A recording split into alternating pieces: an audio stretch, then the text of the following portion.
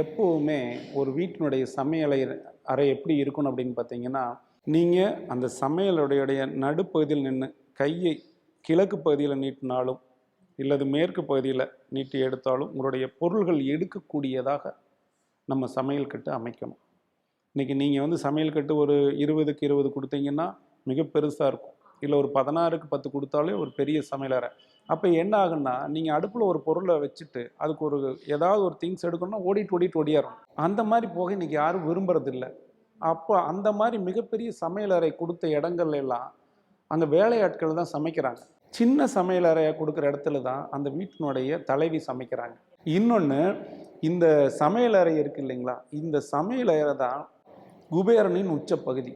குபேர மூளைக்கு பணம் குடுக்கறது, பவர குடுக்குற இடமே அக்னி பகுதி தான். அக்னி பகுதி தவறா இருந்துச்சுன்னா, தென்மேற்குல பணம் சேராது. பெண் இல்லாத வீட்ல பணம் சேராது. பொன் இல்ல. இது வந்து 100% உண்மை. நீங்க எங்க வேணாலும் ஆய்வு செய்து பார்த்துக்கங்க.